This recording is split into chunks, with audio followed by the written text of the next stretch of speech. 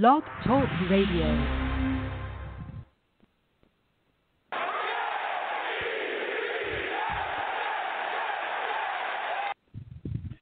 Good evening and welcome back to another episode of Let's Talk Jets Radio. This is one of your hosts. I'm Tyson. Tyrone's going to be joining us shortly. Mr. Primetime be joining us. We appreciate everybody that's been coming on with us. It's been wild, the live streams, everything else. So at Talk Jets Radio, Instagram and Twitter. Let's Talk Jets Radio on YouTube. Mr. Primetime, how are you?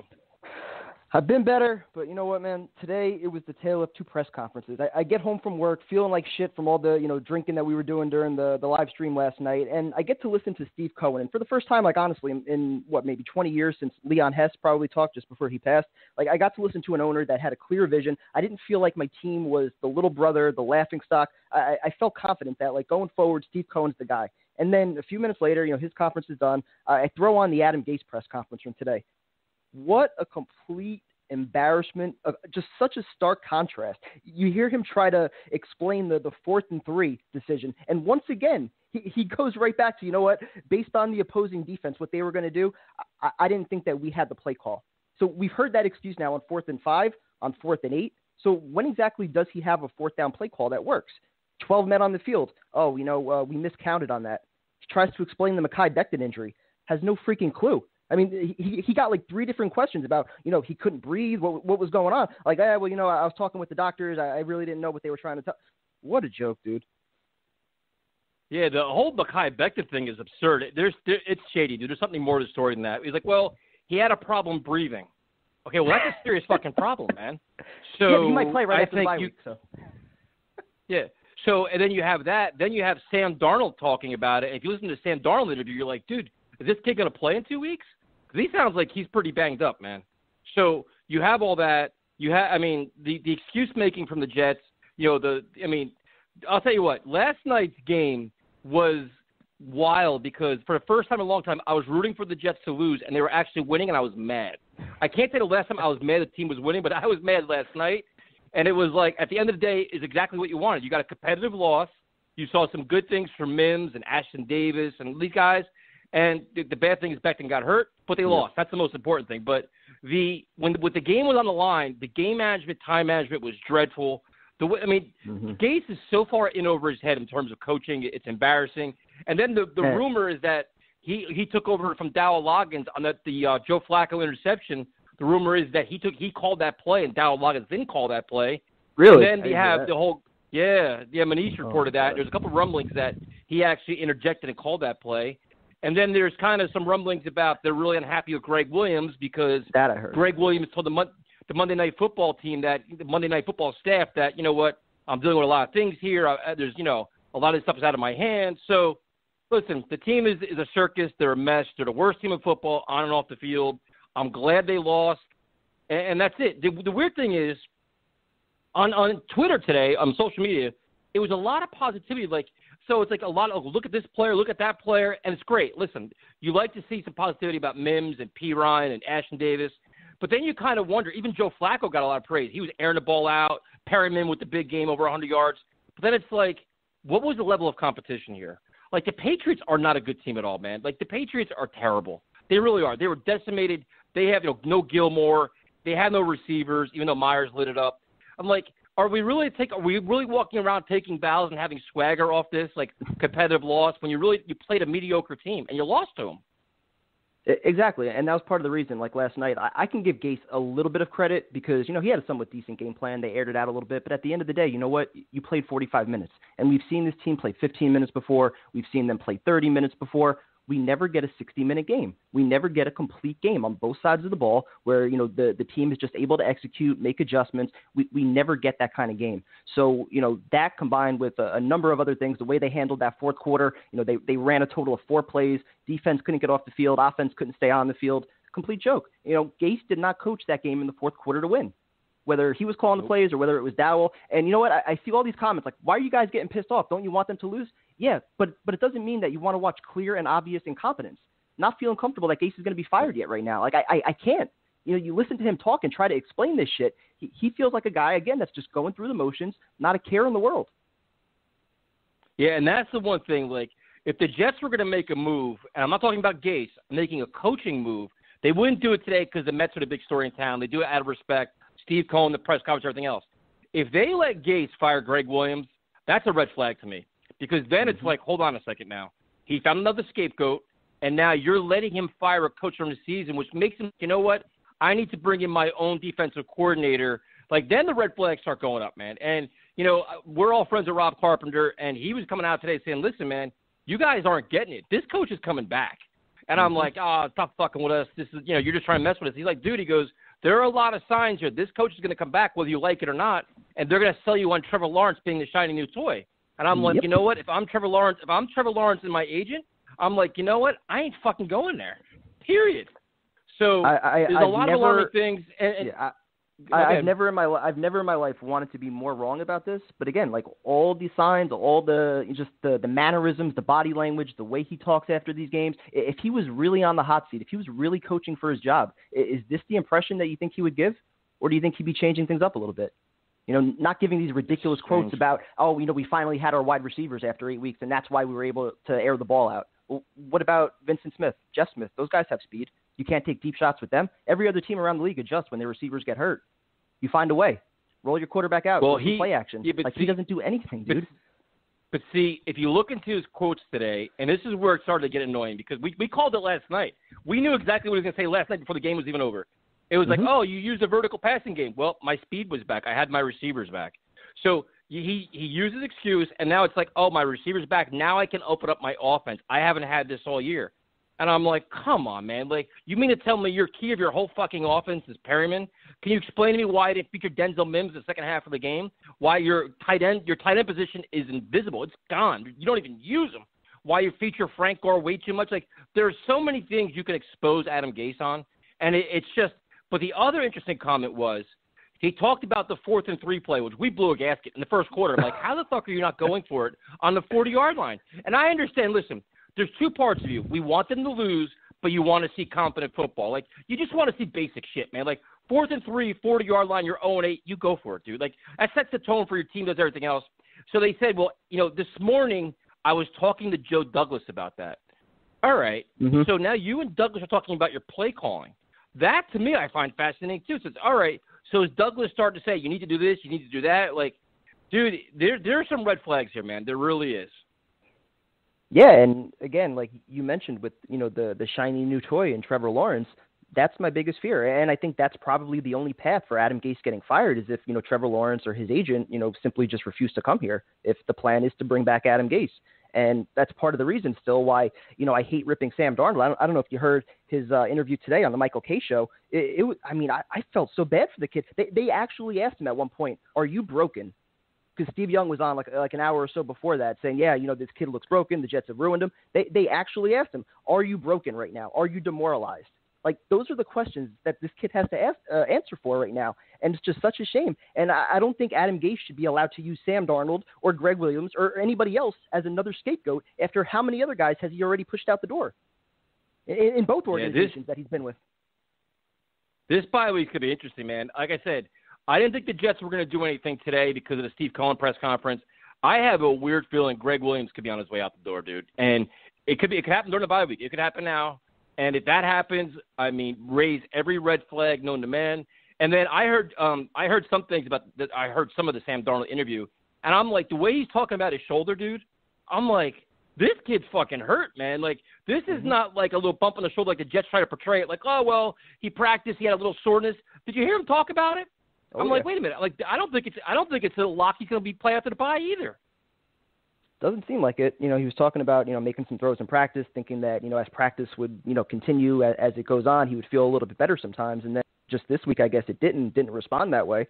So, yeah, I mean, if he's not 100%, there's no reason to put him back out there. I know we all want to see him with, you know, the three wideouts that, you know, are getting all the praise now. Joe Douglas is a genius. You know, Brashad Perriman, 2 touchdowns, 100 yards. Yeah, I'd like to see Sam with those guys, but I want to see him at 100% first.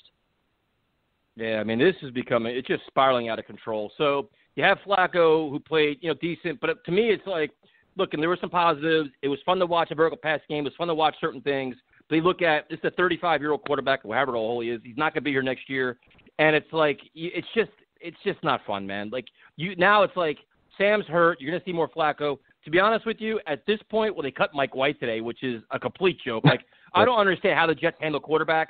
David Fales, Mike White, why not activate Morgan, your fourth-round pick, and let the kid play a little bit? It's not going to kill you. But you wonder, the level of competition last night was not very good. This is not a good Patriot team. So to walk around like kind of with some swag and like, oh, we were this, we were that, like, dude, you know, this you play one of the lesser teams in the AFC right now. This is not the same old Patriots. This is not Tom Brady. This is not all the vaunted Patriots. This is probably the second worst in your division. The Bills and Dolphins are better. So let's not get too cocky here and like don't give yourself a pat on the back for this. It's crazy, man. Yeah, we were saying it during the live stream. I mean, how many times did it appear like Belichick was just trying to hand the game to us? You know, the play calling that they were running was similar to what the Jets were doing. I think at one point, 10 of their first 11 first down plays were all running plays. You know, they were doing a lot of similar things that we were doing, very conservative, heavy ground and pound, you know, and of course, you know, fourth quarter, they still end up getting the 13 points. It's unbelievable. So what we'll do is we'll bring on Mr. Tyrone, who I know is chomping at the bit right now. Mr. Tyrone, how you doing, man? What's going on, fellas? Long time no talk, man. What's up? Nothing much, man. Nothing much. He's Hollywood, man. He's Hollywood. Listen, you know what? We had to pay in advance to get him on tonight, man. He's like, listen, man, you want my time? I want my money in advance before I come on your show. Hey, look, man. That's what he told me. Hey, I'm just saying the check didn't clear last time either, man. That's correct. But no, you guys have been killing it on the live streams, man, and you guys, you know, you make valid points tonight, man. I mean, I was happy that I got to watch some competent football, and then I knew what was going to happen in the long run because of what they do, and you know, not having a head coach that could finish the game. I was impressed with Mims and watching the young guys really get to play. So I was excited about that. But that's about all to be excited for. I can't get excited for Joe Flacco. I can't get excited for Frank Gore, even though I think Frank Gore is an amazing person and does an amazing job. I just think I can't do that. I can't get excited for that. So what scares me the most is that, you know, and I think you guys are right, man. I think they're really trying to bring this guy back, and that's scary, bro. It's really, I think it's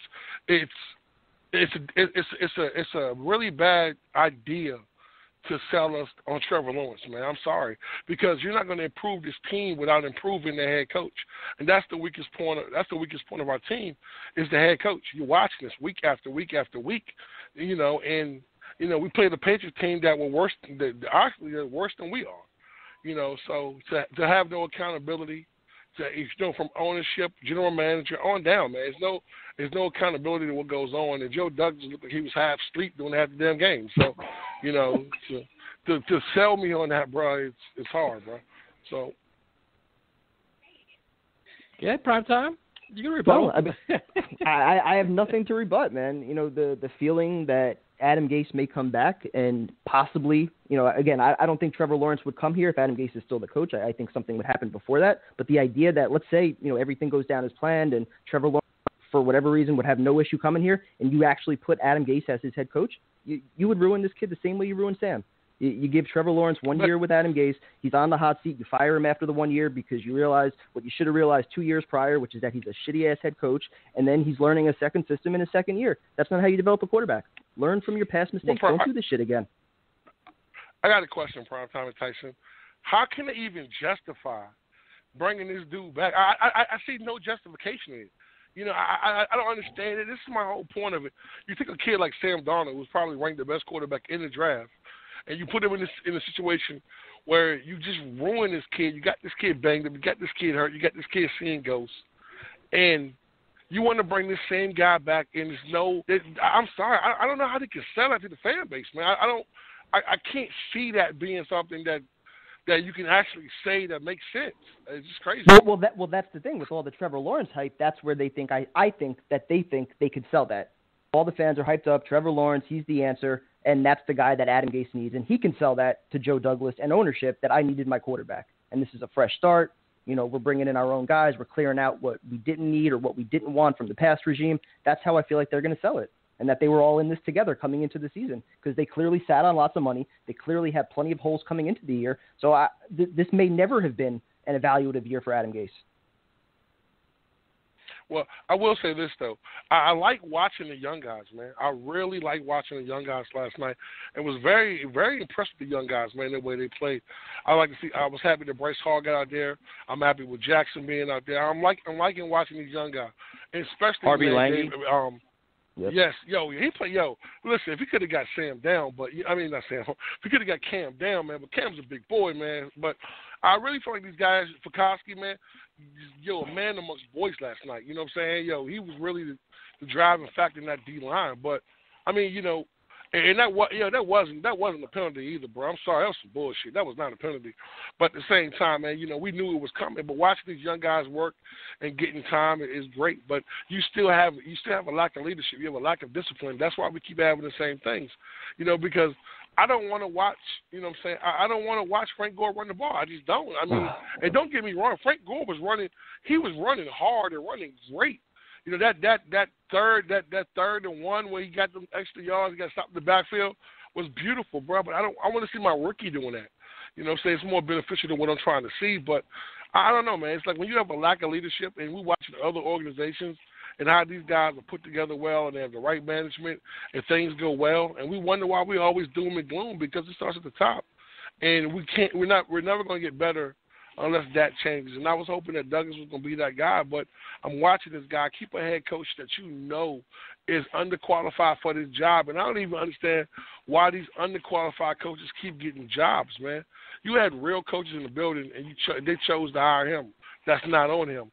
But if you've been around enough football to know that Adam Gates is not a head coach, man. He's not. He wouldn't be a good offensive coordinator. His system does not work in this new NFL.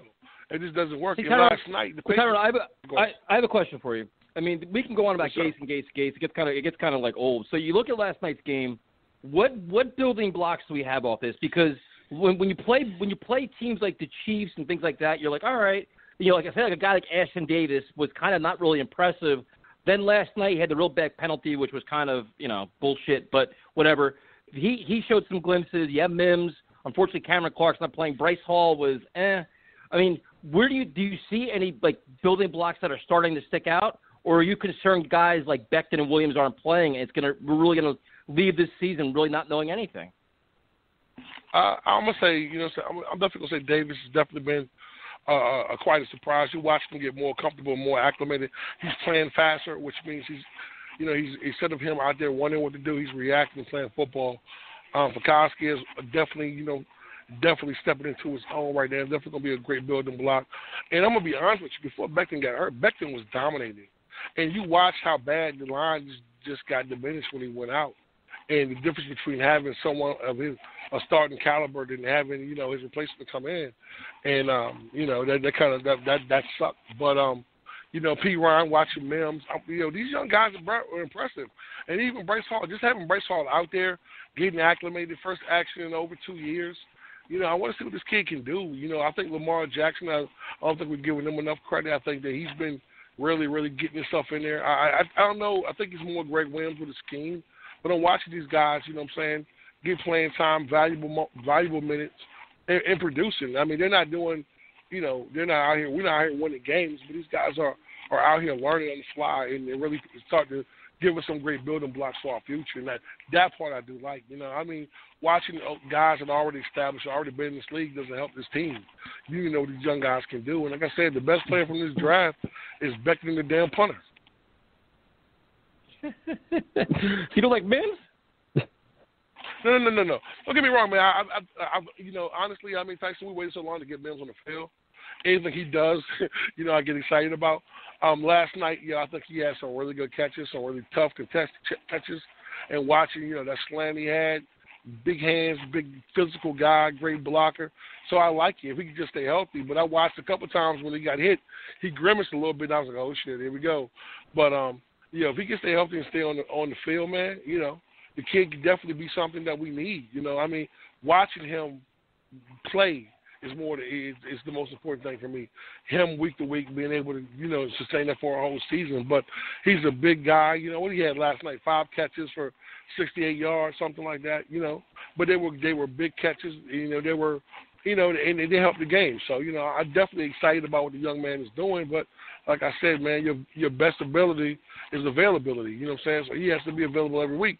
Same thing with Becton. You know what I'm saying? Let this kid get healthy, man, because when he's out there, man, before he got hurt, bro, he was just mauling people, man. This kid's a mauler. And to keep putting this kid in the same situation every single week, watching him go in the game and come out the game, let the kid rest up, let the kid get healthy, let him finish the season strong. I want to see Clark get in there. Van Rodney's been getting killed. I don't know why Clark is not playing, but, I want to see these young guys play. So. All right. What we're going to do is we're going to bring on your good friend Steve, Tyrone, and see if Steve's taking over. But I have a comment for Steve. So this call is not going to go pretty. I'm going to tell you right now. No. So, here we go. What's up, Steve? Hey, guys. Steve? How you doing tonight? Kevin, Tyrone, Tyson. What's up, guys? What's up, man? How are you? What's up, bro? Morning, bro. Well, first of all, Steve, Kevin, happy belated birthday to your dad. Thank you, man. I'll make sure to pass the message along. No problem, Steve, man. I got a question for you, man.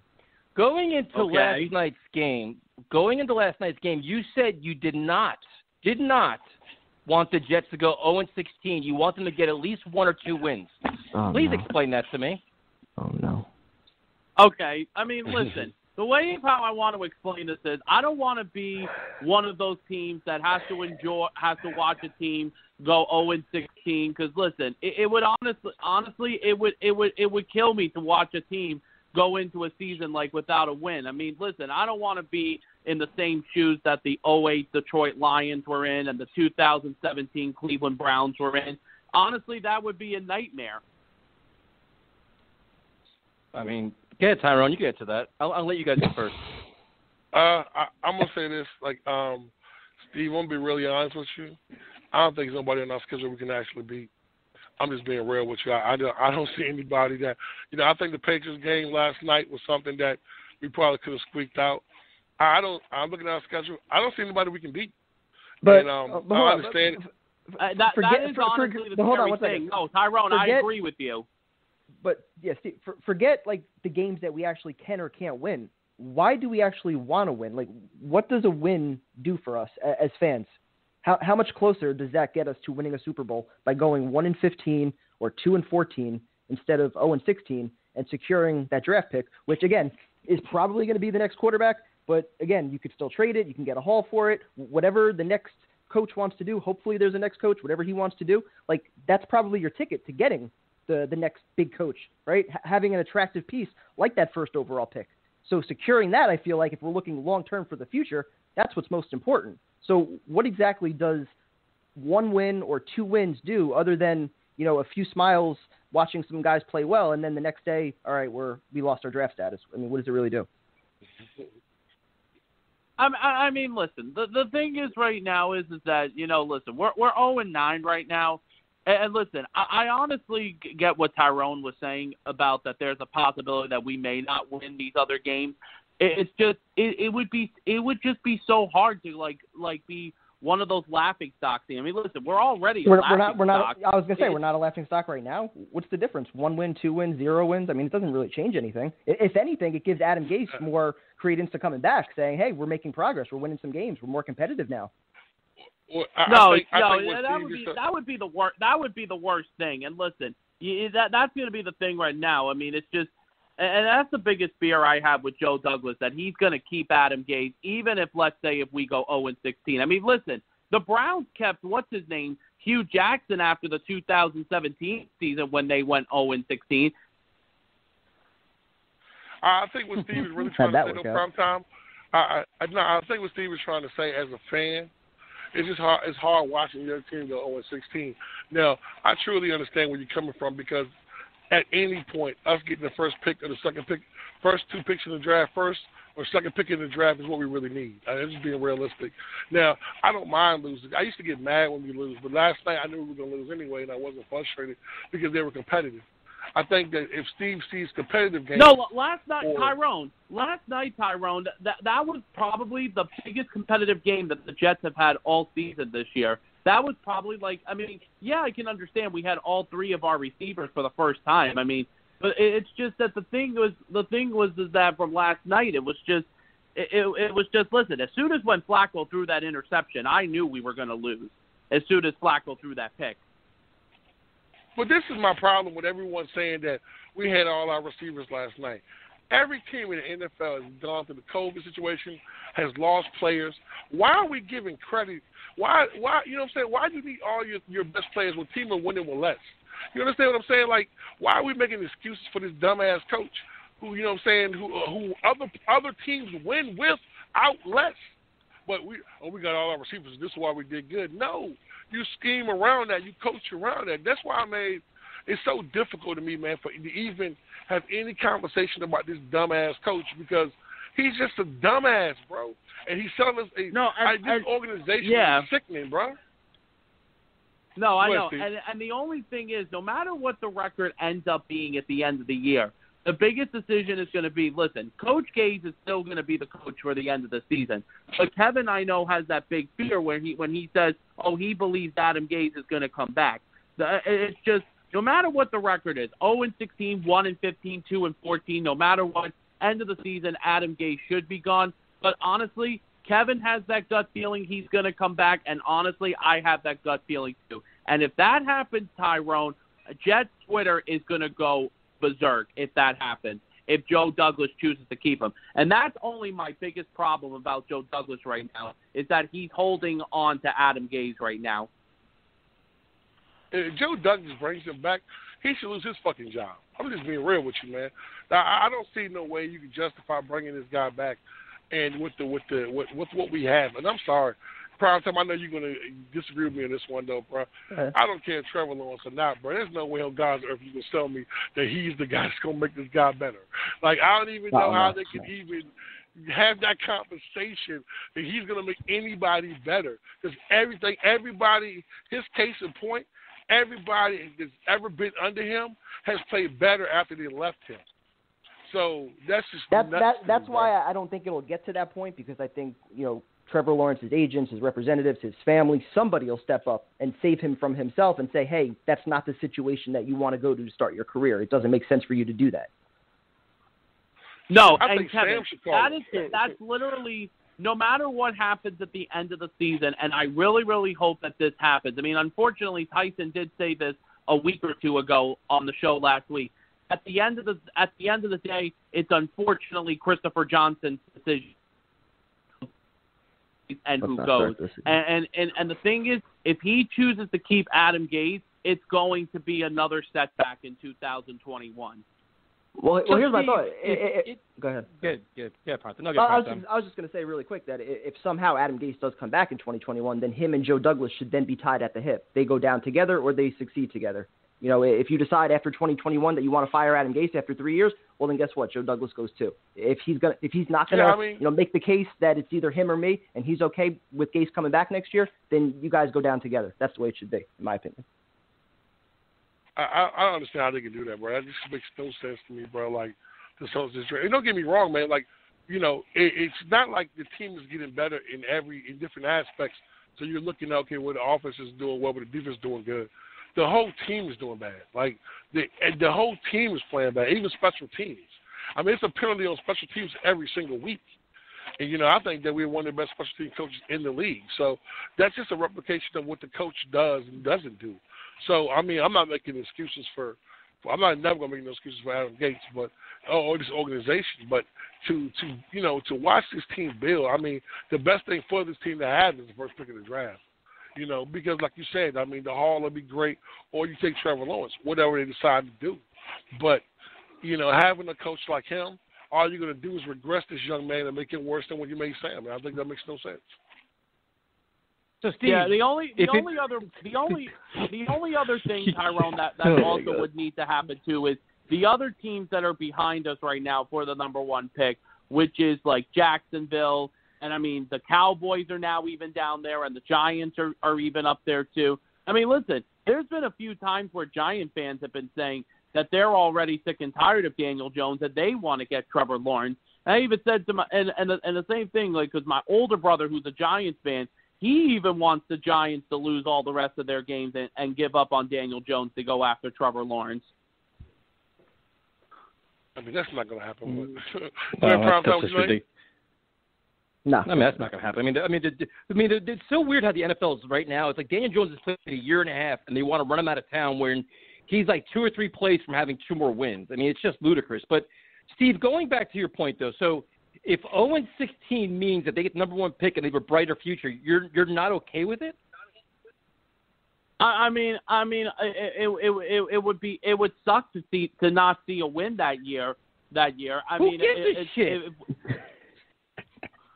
Like, dude, the Jets are the worst team in football right now. They're the worst team, embarrassed week in and week out. Last night was the first time they weren't embarrassed. Do you honestly give a fuck if they lose 7 more games or not? Who cares? It doesn't even matter.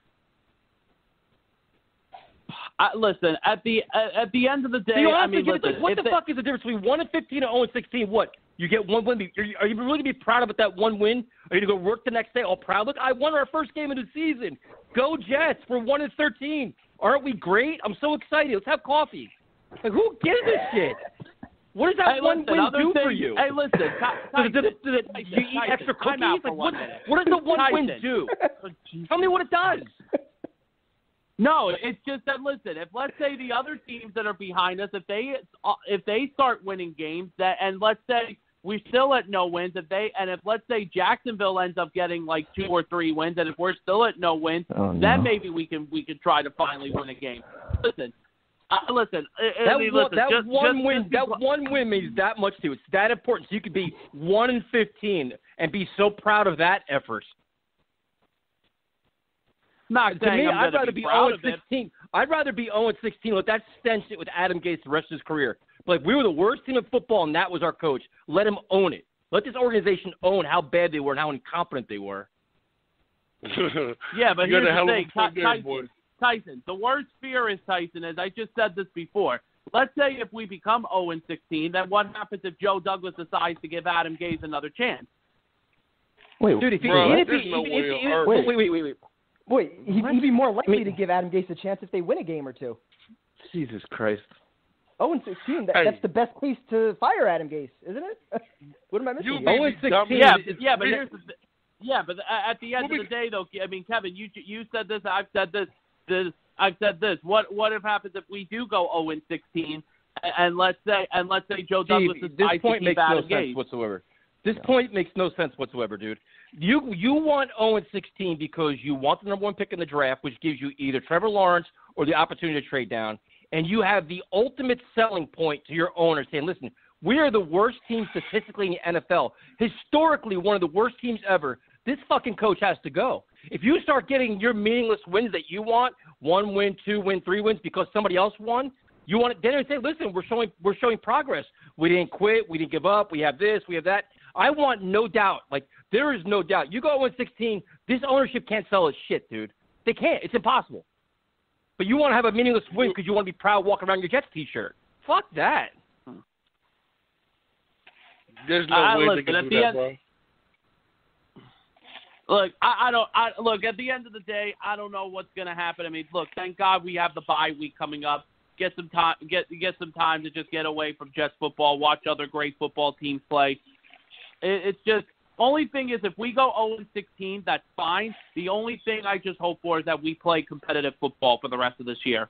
I don't want to be embarrassed week in and week out. You know who our head coach is, right? You can get used to that. Say that bro. again, Tyrone. Tyrone, I'm sorry. Can you say that again? You know who our head coach is, right? Yeah, it's Adam fucking Gase. Okay. All right, well, then you can get used to that, bro. It's going to be a couple blowouts, bro. You can get prepared for that, Steve. Just don't even lie to yourself. If I got to watch it a couple of blowouts, listen, at the end of the day, whatever, it is what it is. You know, everybody wants competitive football. Steve, yeah, I mean, I think I'm just going to respectfully disagree with pretty much everything you said tonight, and we're just going to go from there. Because we're just going to try, how about that, Tyrone? Is that the politically correct way to handle this? No, fine. Yes, if you want to disagree with me, Tyson, that's fine. I will say, to give Steve slight defense here, I will say, I will never tell anybody how to root as a fan. If you want to root for wins, that's all you. I just don't know what the rational explanation is. What is that win accomplishing? And that's what I'm saying. I don't know what the explanation is for what it accomplishes. What does it do for you? How does it make you feel well? Again, if you want to root for it, that's all good. If you're a Jet fan, ride or die all the way, fine. But what does it actually do for you to win? Like, honestly, Steve, like, does it make you feel good if the team wins a game and they finish 1-15?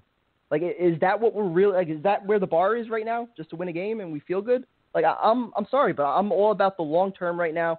Getting Gase out of here as soon as possible and turning this thing around as soon as possible. And I think bottoming out, continuing to look embarrassing, not seeing that progress is probably what's going to get Adam Gase out of here. Because any little bit of progress down the stretch here, I'm sorry, I think they're going to sell it and know that they have Trevor Lawrence coming, and that's the selling point. The fans will buy it, and he'll be back.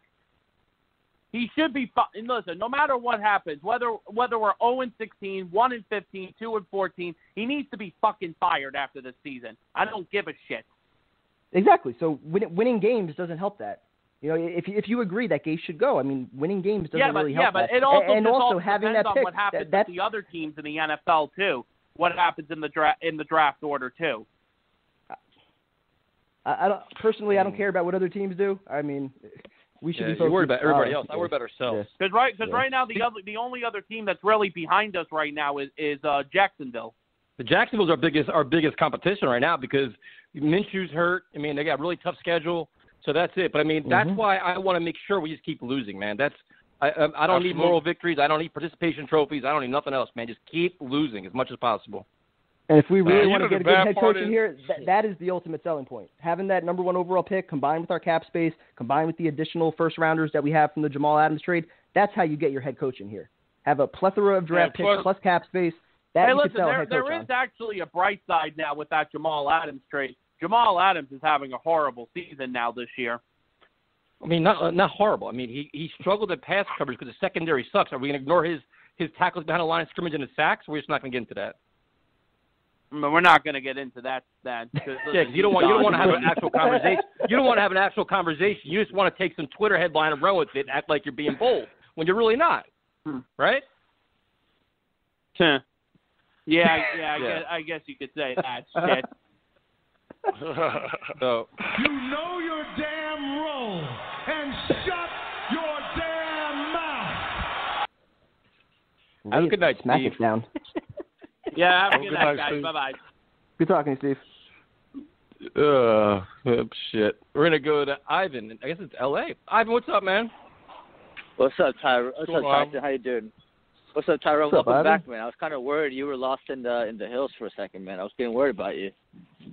Yeah, bro, I was in the mountains, baby. Tyson, you know it's bad when Tyson calls you and text you, are you okay? You know it's good. Well, how you feeling? How you feeling about the game last night, bro?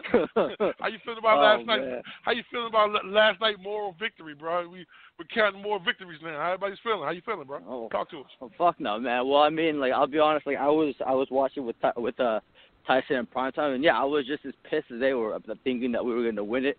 Thankfully, Nick Folk, the Folk hero, came through for us again, like he did in the playoffs. And first of all, I don't know what the hell Steve was smoking. Like, there is no, like, thank God, thank you, Tyson, for fucking your miss right now, man. Like, what? Like, he was making no sense at all. Like, I'm sorry. Like, I'm sure he's a nice guy or whatever, but holy shit. But anyway, back to the Jets.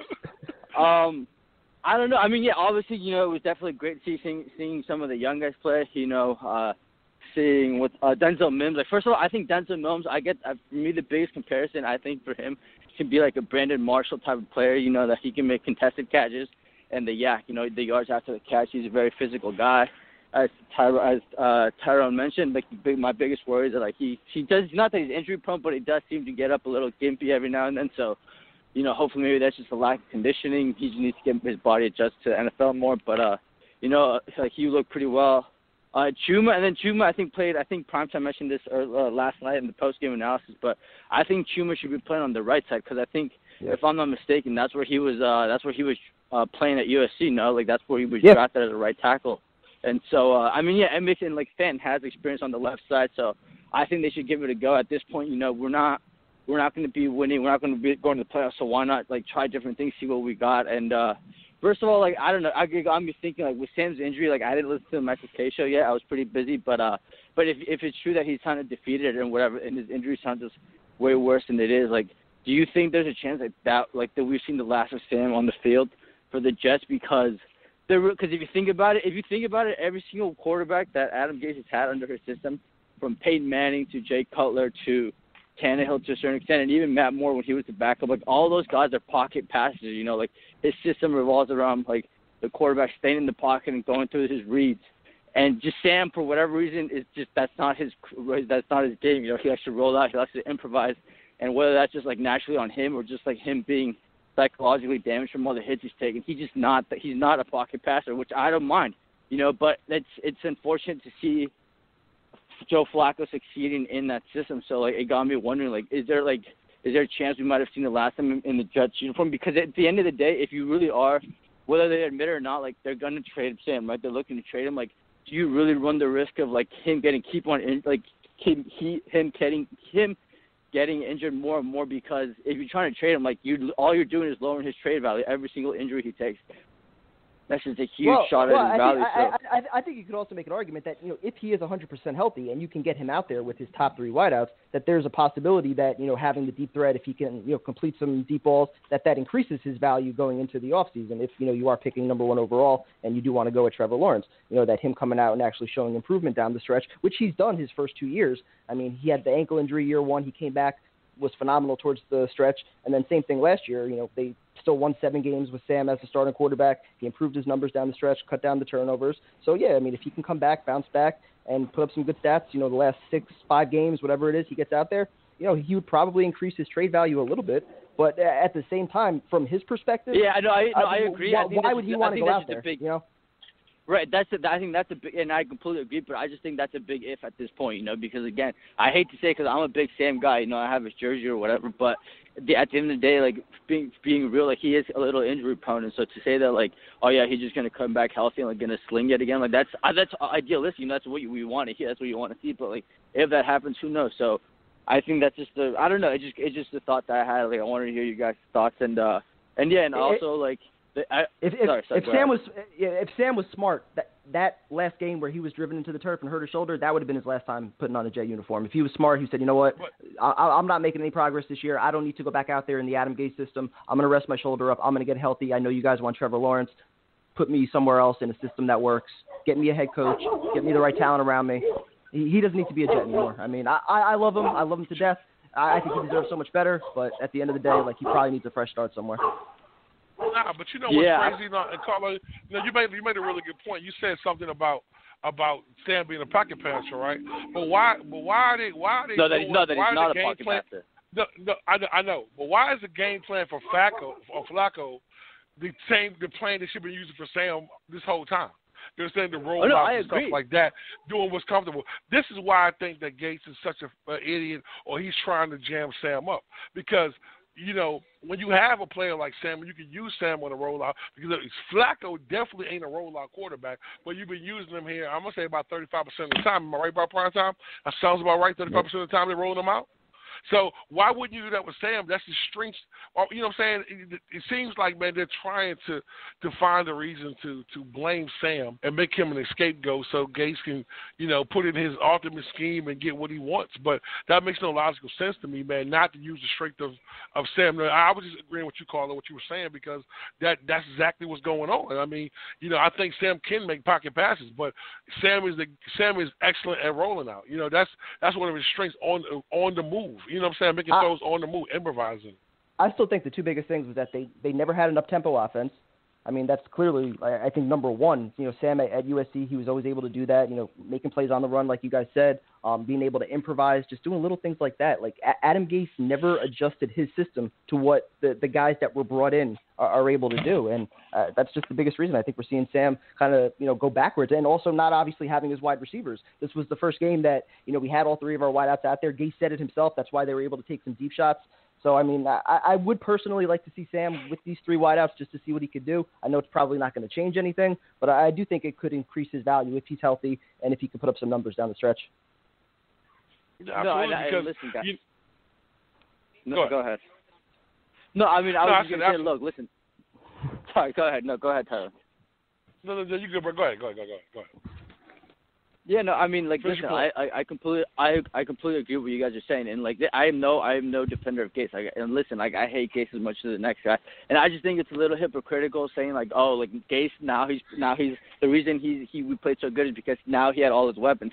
but that excuse never is allowed for Sam Darnold, right? It's always Sam Darnold has to play above his level and elevate the guys around him. But like, yet Adam Gase never has to elevate the guys around him. He always has the excuse of, oh, well now we're healthy. Well now I can still help.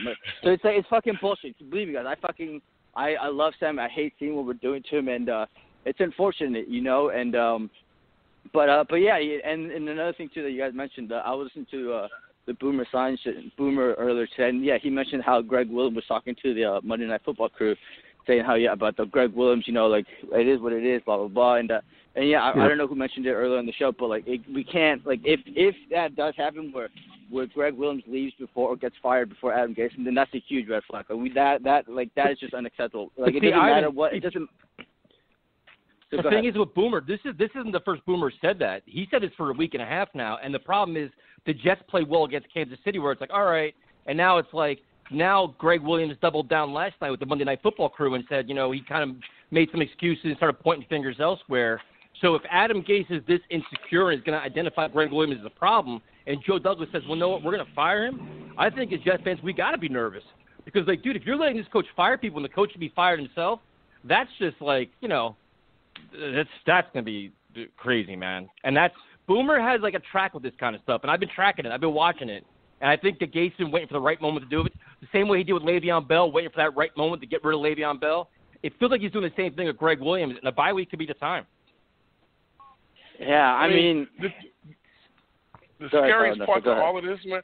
The scariest part to all this, man, is like we keep having these same conversations, right? And you know we're you know, and I was happy the game was competitive last night. I was really excited because I didn't think it was going to be that good. But the biggest issue I'm really starting to have is like how bad is this locker room right now? Like how bad is this when you watch the guy like Le'Veon out the door because the coach did not like him? That's the only reason Le'Veon was out. You didn't like him, you know what I'm saying? Or he didn't fit what you wanted to do. So instead of being a good coach and adapt to using a great player like him, you basically just threw him under the bus. Then you have a guy like Sam Darnold, which you took the job claiming that you wanted to work with a young quarterback and you can make Sam a really better quarterback. And all you have done these last 2 years is just basically crush this young man's confidence. And then now we have a situation where we're talking about tracking for Trevor Lawrence, you know, who's at one of the best colleges in football, who has all the best players, and this kid is not, you know, to me, I'm not going to say he's better than Sam at this moment right now. I can't say that because he's playing with some of the best players in the country. You know what I'm saying? So it kills me, man, how a coach like this can sit here every week and come on TV and, in prime time, his interview today, prime time, he was exactly right.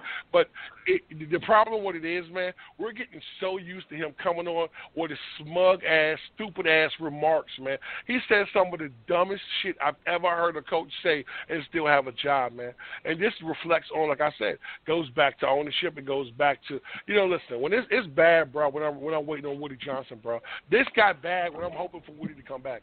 But hold on, Tyrone. This is a funny thing, though. People have short-term memories here. They forget we were happy when Woody Johnson fucking left. Seriously. But now Did we forget this? Chris Johnson was a breath of fresh air, wasn't he? Chris Johnson was a player's owner, the owner for the fans. He was going to spend money. He was going to do all this stuff. He had the right vision, the right direction. Get Woody the fuck out of here. He sucks. He's always about headlines and money. Now the guy that we wanted out of here, we're embracing to come back to save us. Do you see the irony in that?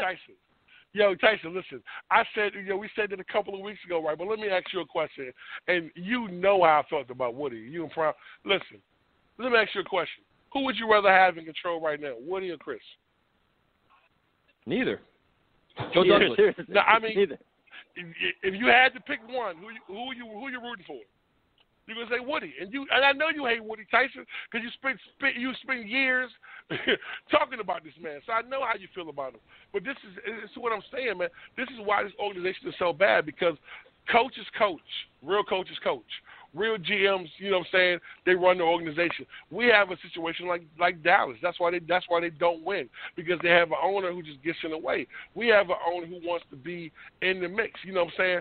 The best team in this division for the last 20 years have been the Patriots. Why? Because their owner knows when to get the hell out the way, bro. He knows how to stay his slow ass out the way. Mind your business. You pay this man to do a job, let him do it. We don't do that. So now we're stuck with this type of shit where you want to save money and you want to keep this whack coach and kill it. It's crazy. But I don't want to win a game this year, and I hate to say that as a Jet fan, and anybody knows I love this team. But no, I don't want to win a game this season. We deserve the first. Listen, 2 years of Adam Gates, we deserve the first pick of this draft, buddy. We deserve that. And then you keep a coach that's 16. Look, listen, there's no way on God's earth you can tell me you're going to keep Adam Gates and we're 0-16. Ain't no way on this earth. No way. Hey, man, I like to agree with you, but at the end of the day, it's the Jets, so stupidity is right around the corner. So, I mean, hopefully we're all wrong, but you never know. And then just another thing, too, I was listening to I forget. I think it was Connor Hughes in his podcast or whatever, and he keeps mentioning this fact that the reason they don't want to fire Adam Gase is because the Johnsons have a reputation of being very trigger happy, letting go of the coaches real early. And the thing is, so I'm only 26 years old. Like my first year rooting for the Jets was I basically came to the league with Mark Sanchez, so I'm only a 10, 11 year fan. So obviously you guys have more experience, but in my opinion, like. We've given our coaches, like in my timeline, we've given them a fair decent shot, right? Like Rex had Absolutely. 5 years. Todd Bowles had 3-4 years. Yeah, exactly. So I don't understand what the fuck he's saying that like, oh, we can't fire him because then that would validate the point that they're trigger. I'm like, bro, like one, like in my experience that hasn't been the case at all. Every coach has had a fair shot. But number two, even if that weren't the case, like at some point you have to have there's an exception to every rule, right? And in this case, this guy is a fucking exception. For my job, I had to watch since the Jets were on primetime. I didn't have to watch them this week. I watched the Cardinals-Dolphins game, and it was just so depressing seeing how much up tempo and like they were all from the start of the game, right off the bat, there were no huddle, they were up tempo, and it's just like Jesus Christ, like why can't this coach forget the in-game adjustments? Why can't from game to game like change his game plan? Why is it every fucking first play of the game running play with just running forward? It's just fucking try something else. It's just fucking it is sad like watching other teams like Kyler Murray and even fucking Tua. Like I get it, he's a great guy, but like. He should not be. I mean, I get he's talented, but I don't know, man. It's like Brian Flores is a hell of a coach because he knows how to put his players in a position, and like you can clearly tell they're fighting for him. And the Cardinals fired their coach after 1 year before they hired Kingsbury. So again, the whole argument of continuity that you can't recover from, firing a coach after 1 year, that no coaches are going to want to come there, that's total bullshit. But listen, I'm going to tell you guys something, man. I'm going to be really honest with you, man. I don't want them to fire Gates during the season. I'm going to be real with you. Because if someone else takes over, they're going to want to come out there and want to fight, mess around and win 1 or 2 games. No, sir. Keep his dumb ass there and let him do what he's been doing the last 2 years, bro. Let him keep with the same whack game plans. I agree, but my counter argument would be like I agree with everything you're saying. And again, I want to tank. I haven't given up on Sam, but I've accepted reality. But my argument would be these young guys are still learning, right? And so the last thing you need is for the young guys, the Bryce Halls, the Denzel Mims, the Cameron Clark, whenever he plays, the Mekhi Bectons, all these players, like the last thing you need is for them to learn these bad habits and keep them, If they have bad habits, the best thing you can do is like hammer that shit out of their heads as soon as possible, like whether that's like with a new coach or whatever. But that would be my counter argument. I'm not saying I disagree with you, but like that would be the reason to fire him now because it's like there's absolutely nothing positive. If we're honestly saying that we're losing, not just because of the coach, but just from a talent level, like that lack of talent should be able to not win games. I don't know if that made sense, but I don't know what you guys think about that. I don't think we have a lack of. I don't think we have a lack of talent, though. You know what I'm saying? I mean, I think that we watch other coaches win with less. So I'm not gonna blame them. Like I said, I think the reason that we are 0-9. I think the reason we've been 0-9, I think the reason is, and it ain't even, for me, it ain't even about tanking. You know what I'm saying? It's just the reality of that we're not a very good football team, and we're not a very good football team because of the people that we have in charge of this organization. And that to me, it really starts with the head coach and what he does every week to week. You know what I'm saying? The only thing we're missing now is him sitting on the sideline with that whack-ass clipboard. That's the only thing I miss. I mean, this is what it is. So,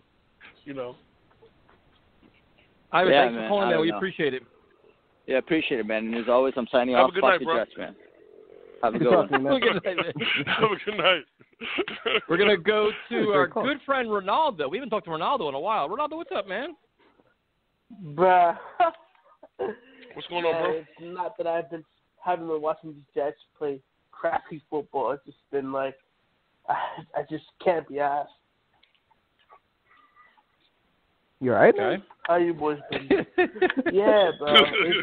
I'm not all right. I'm simply not. I invested months and months of draft and all this stuff just to look at me. I'm saying stuff. I can say shit now. This is a new Jets podcast these days, man. Let it out, man. Let it out. Man. That's why we're here. Let it out. So what did you get for the game? What you think about the game last night, man? What you take from the game last night besides the loss? But besides the loss, it was perfection. It was absolute perfection. The fact that we lost, yet we got to see Denzel Mims turn up. Mekhi Becton played for a little bit. How do you say it's perfection when you're watching Joe Flacco throw the ball around? Man, are you not on the Trevor Lawrence bandwagon? I mean, perfection would be watching. I mean, I guess you're right. I guess it is. I guess you're right. But you have to face reality. Sam Darnold was not the answer. You can get a generational talent like Trevor Lawrence, my guy. I'm all in. I'm ready for some happiness, my guy, as a Jets fan. We've been through too much to not have something to look forward to. But this is he must hit like happy hour or something, dude. He is just whacked right now. Yeah, I'm sipping. He's embracing that New Jersey rule, man. The recreational rule he's embracing right now. But three years ago, man, we were talking about we hit the lottery with Sam Darnold. This is what kills me, man. Like, you know what I'm saying? So now, like, we're talking about Trevor Lawrence, a once-in-a-lifetime quarterback. We felt the same way about Sam Darnold. Like, it was the same outlook, same understanding. You know? I don't know what you want me to say to that, bro. No, it's the truth, but bro. Listen, I ain't mad. Go ahead, bro. It's always going to be the next. It's always going to be the next guy until we get the right coach in here. Suck for Sam, tank for Trevor, blow for Joe. It's always going to be the next guy until we get the right coach and surround our quarterback with talent. Yep. That's why I said, man, getting the first pick of the draft, plus we got $93 million in cap money next year. I mean, we got a chance to really, turn this thing around. But you cannot turn this thing around when you have a head coach who is incompetent. I'm sorry. Name one football team that won with an incompetent head coach. And that goes to Christopher Johnson, my guy. No Jets fan thought, let's get Adam Gase as our next football coach. He's the guy to bring the Jets to the promised land. None of us thought that. None of us are hypocrites on this podcast. None of us are. It's simply the Johnsons being fooled by freaking Mike McCagnon. That's a sad joke. Sell the team if you think Mike McCagnon was able to direct you to the promised land, my guy. What's even more scary, though, is that they believed in Mike McCagnon for so long, and that it only took Adam Gase getting in their ear to fire him, which is my biggest worry. How much say Adam Gase has in their ear that he could fire the sitting GM after 4 years and instill his own guy, and there's no pressure right now. You look at the Jets team and you say, what's the problem? Why have we been in the rebuild for so long? Like, rebuilds don't take this long in NFL. Why? I never thought we would have the number 1 overall pick. That would be even in the running for the number 1 overall pick. Tyson would probably say the same. Joe would probably say the same. It's like mismanagement of this roster. I'm glad that Joe Douglas is here. Adam Gase helped bring this guy here, but Adam Gase can't coach. Why does Dowell Loggins have the play calling duties? And we've been a better football team. He's actually doing better than Gase. It's a joke. It's a joke. Like, if you don't think that's a joke and you're a billionaire, my guy, you've just been privileged your entire life. There's no other way about it, my guy. You just don't know football if you don't see it that way. But how has Darryl Logan been coaching a better game plan than the offensive genius that we have as a head coach, though? That shit is just asinine, man. It's absolutely hilarious, bro. It's funny, man. Like, what is Adam Gase's job? He obviously can't count the number of players that are coming onto the field during special teams. He's clearly not helping out with the defense and Greg Williams at all. He can't answer questions about in-game adjustments. He's not calling the plays. What the fuck is he doing? He just can't pay. He's awful with timeout. He got a lucky check. His game management sucks, bro. But Like I said, it's Sam's fault because we got our 3 receivers back. So this is why we got our 3 receivers back and you didn't call the fucking play. So what does that say about you, pimp? You know what I mean? It just goes to the point of what we're talking about. Jets fans have been drinking, smoking, whatever they gotta do to get over this 0-16 season we're about to have. But I just hope there's better days ahead because Adam Gase, I mean, I just can't get over it, man. It's just a joke. Fernando, thanks for calling, man. We appreciate it. God bless. Have a good night, bro. Good talking to you, man. Holy cow, that was a train wreck. We're going to go to Mr. J. Jay, what's up, man? First of all, Tyrone, what's up, baby? Welcome back. What's going on, man? How you doing, man? Hey, look, Jay, I would have been here, man, but Tyson check didn't clear, man. I tell him, man, make sure that Jay tighten up. Tell him tighten up, man. We can't afford Tyrone, man. His rates are high, man. He's got a shit. This is. Yo, I gave you the family discount, man. Why you out here trying to just play me like that, man? I gave you the family discount, bro. Your shit was still short, man. Come on, Tyson, man. Don't do that, man. You know what it is? You're on so many You're on so many podcasts. You're probably making too much money now, man. Like you're a celebrity. You're a rock star. You do all these interviews now and stuff. I mean, we're just blessed to be friends with you, man. Hey, man, Joe Douglas negotiating playbook. Nah, you'll never leave home, though, man. You always love home. In a winless season, man. That's how it goes. You got. It's like overtime pay, man. He doesn't want to be on this podcast when we're 0-9. So you want to get him, you got to pony up. I love it. Guys, hey, well, listen. I was having evil, dark, terrible thoughts in my head last night in the fourth quarter before the Jets inevitably blew it. Guys, tell me that you weren't thinking this. Like, Jets have a 10-point lead, and the thought of, like, okay, so here's what's about to play out. We're going to win this game despite ourselves. Patriots aren't going to win another game the rest of the year. Man, they stink. They're gonna lose us the final game of the year. They're going to get Fields or Lawrence. Jacksonville's going to get Fields or Lawrence. And the Jets are going to bring back Adam Gase next year and have Joe Flacco throwing the ball for us on opening day. I started having that thought. And I was literally sick. Or alternatively, we were then going to have to trade up for a quarterback and wind up giving up all those draft picks to try and move up. And I just was like, I was depressed. I was the most depressed I've been all season in a win. And of course, as Adam Gase does, that was the perfect situation as a Jet fan last night. If there's one Jets fan on this planet who's upset today, they need to check their priorities and figure out what this thing's really all about, because we had our draft picks playing well. We had young guys playing well. Yeah, but Beckman got hurt, so that sucks. We had an entertaining game on national TV. We didn't embarrass ourselves, so we were getting text messages from friends that aren't Jet fans all night like, holy shit, you guys are playing pretty well. There was no mocking us. There was no shit talking. And then Adam Gase went full Adam Gase, baby. Fourth quarter, 12 men on the field. And then like, everything went right for the Jets. They didn't even score a touchdown after that. All they wound up doing was burning another 2.5 minutes. We get the ball, and it was like Cam Newton misses a wide open receiver down the field by about 10 yards, or they would have tied it up then. We get 3rd and 20, and we give up a first down on that. It was like, guys, if this was a game that we needed to win, if we were 4-4, right now, and in the playoff race, and they lost that game like that, can you imagine how you would have felt this morning? Yeah, but Jay, this what you just said is actually going against your point, because all the things that were going well or could actually be built-in excuses for Gase. He finally has his 3 receivers. He finally has a quarterback that can throw the ball downfield. He finally has all these different things. Dude, he botched the end of the game. He botched the end of the game. It doesn't matter. Such a horrible way with his clock management. It's his first game having his guys.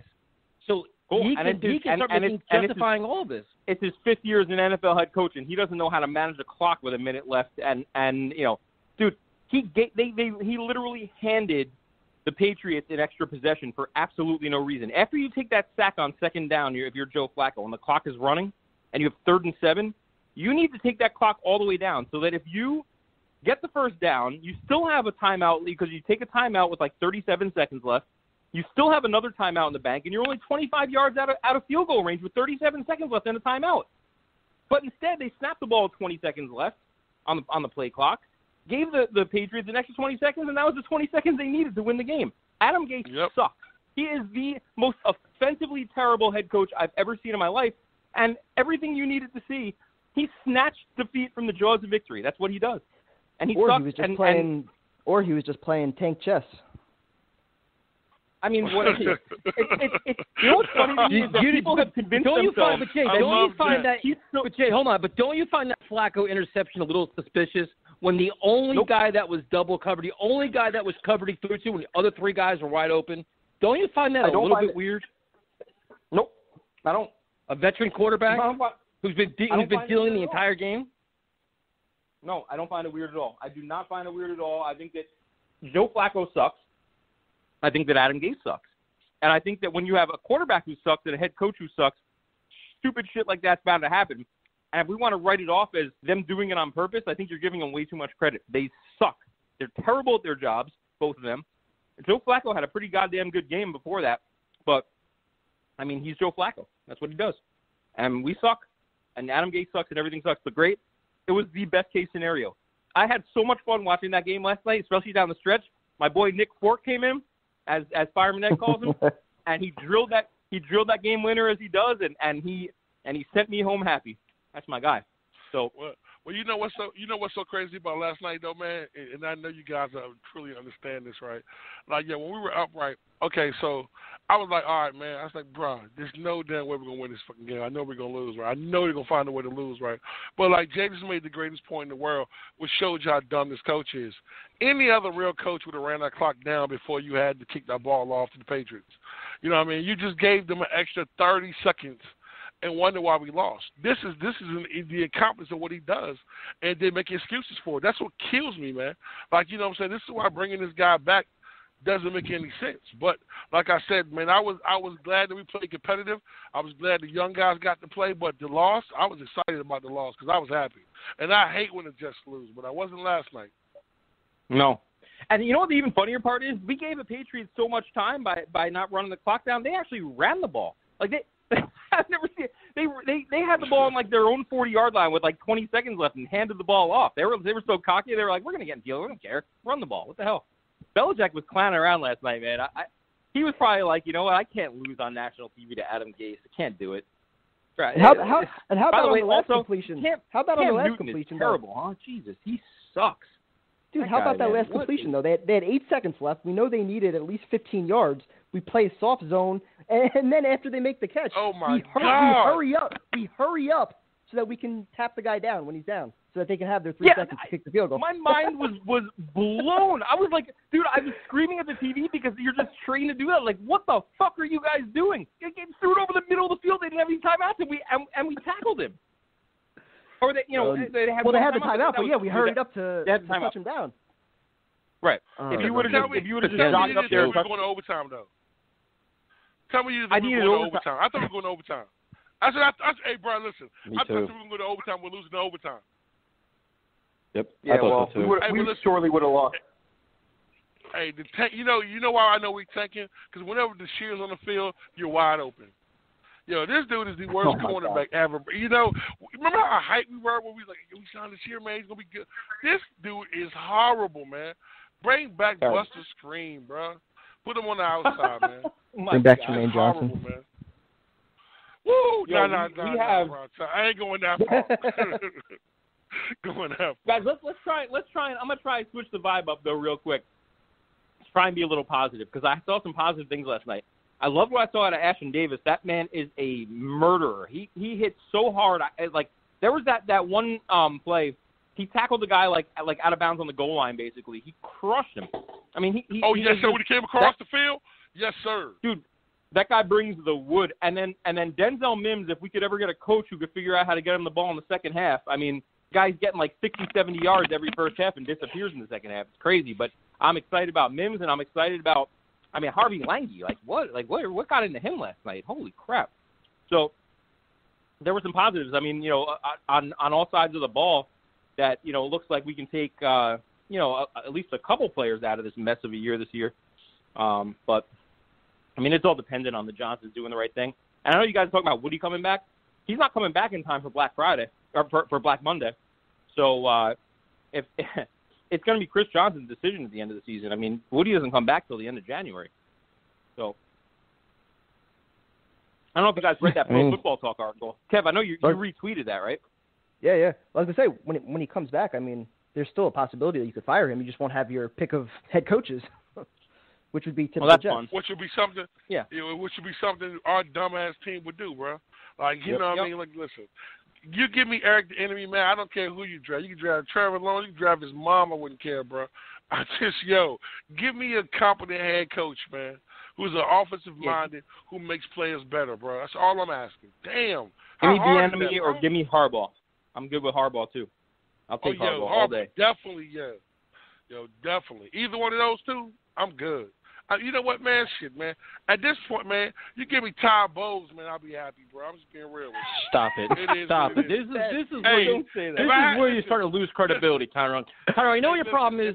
You do good for about 85% of the show. Then you fire out two fucking comments that blows it all up, and then we got to defend you for a half hour. Why do you do that shit? Hey, listen, if you had to have Gase, Todd Bowles, man, I'm thinking Todd Bowles in there the fucking week. I'm sorry. It is what it is. You're not wrong. Tyrone just Flacco. He was cooking all game until 6 minutes left in the fourth quarter, and then he threw the interception.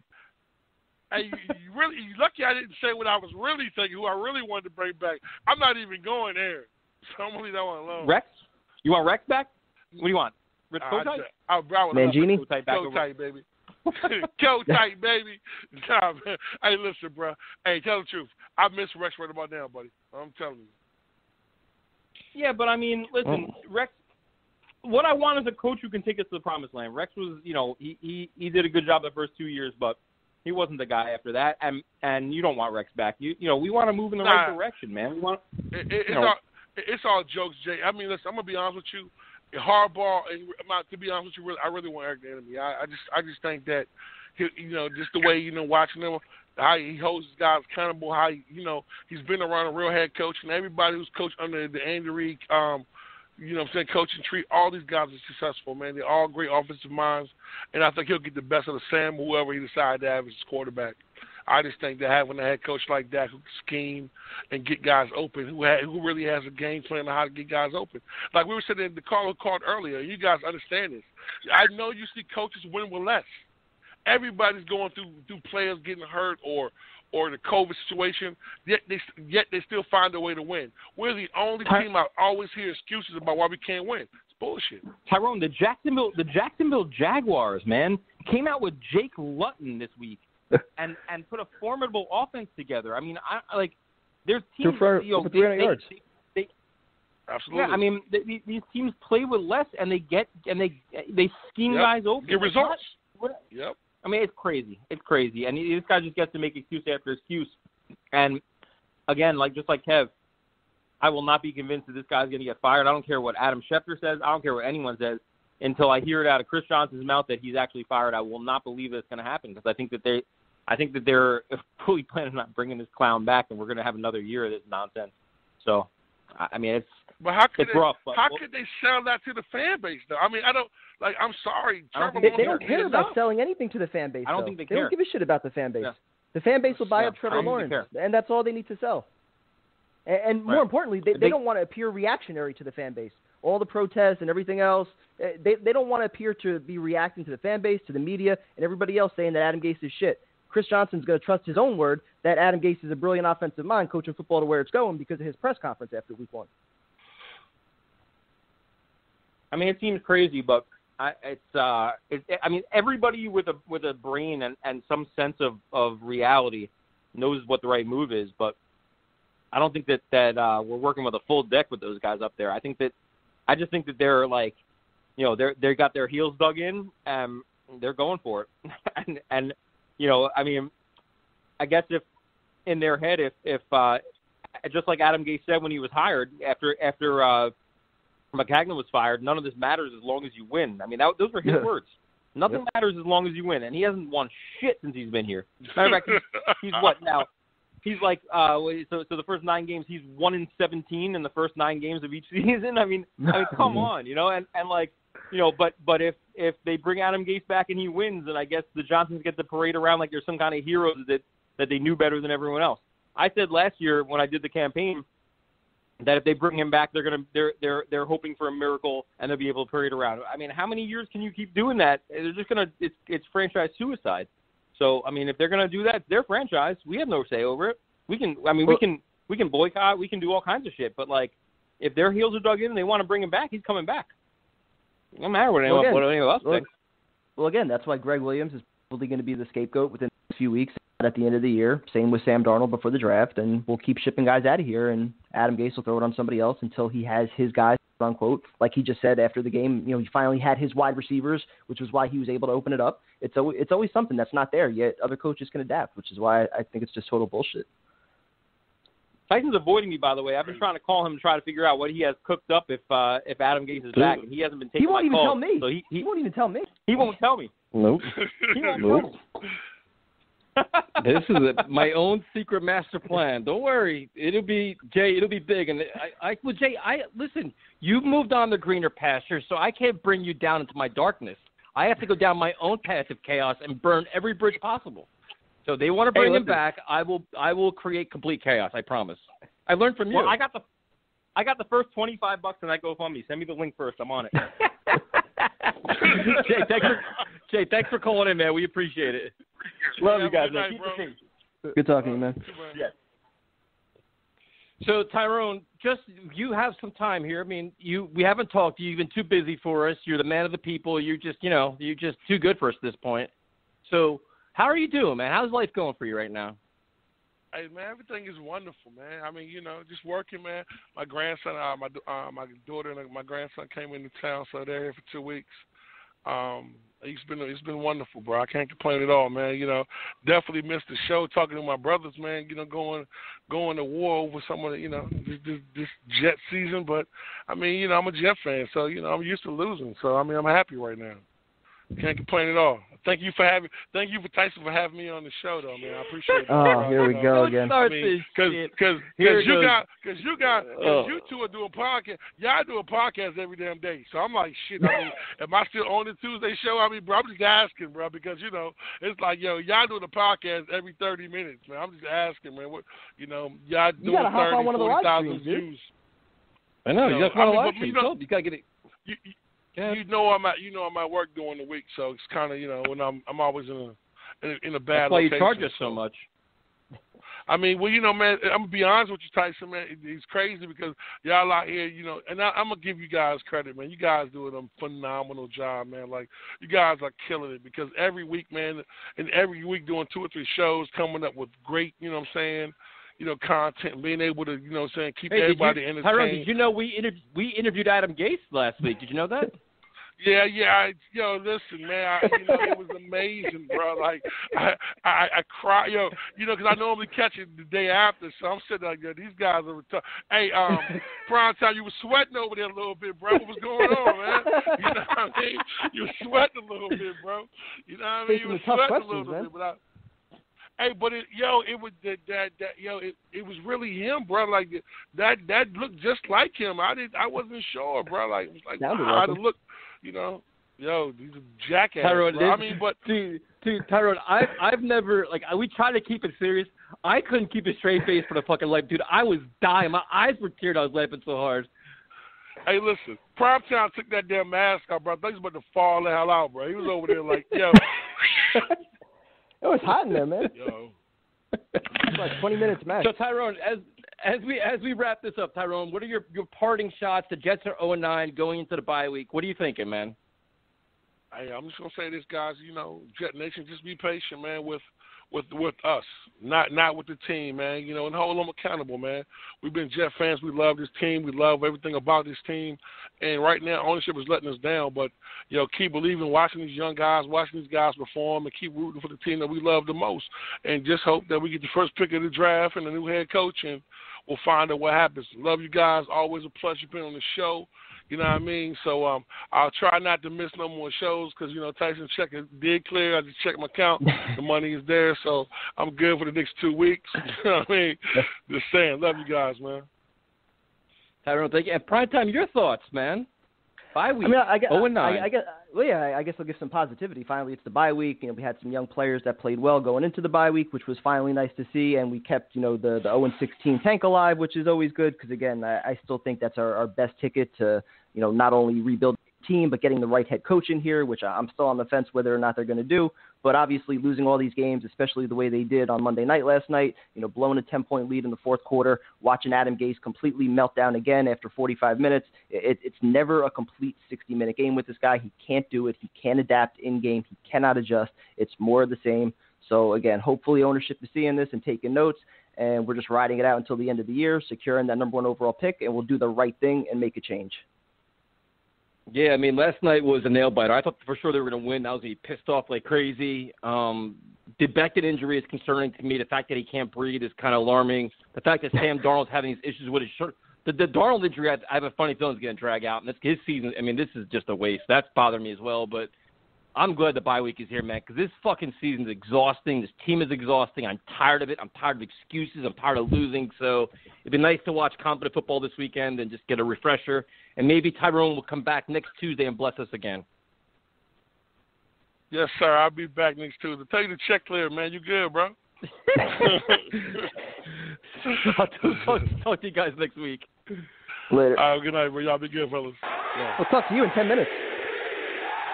True. Yes, sir.